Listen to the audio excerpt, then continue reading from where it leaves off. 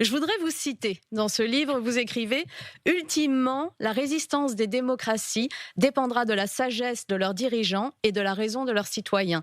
Les seconds sont aspirés par la tentation des passions collectives et de la violence, à l'image des États-Unis que la guerre culturelle menace de désintégration. C'est page 58.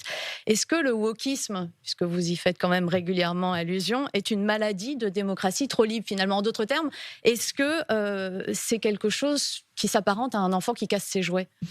Oui, c'est une vraie pathologie de la démocratie. On a eu les passions égalitaires avec le communisme. Aujourd'hui, on a les passions identitaires. Et ces passions identitaires, c'est un peu la même chose, avec de bons sentiments. Elles sont une machine à fracasser les libertés, les nations et à fracasser la démocratie.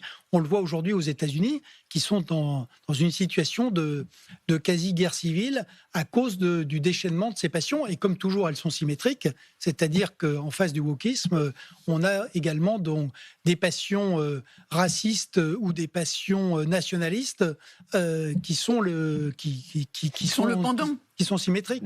J'allais y venir d'ailleurs. Le risque de ce wokisme, c'est précisément qu'il permette la mise Oui, en place de régimes dits conservateurs, extrême-droitistes, réactionnaires. Est-ce que pour vous, vous y avez en première partie fait un peu allusion du risque de Marine Le Pen que vous pensez réel?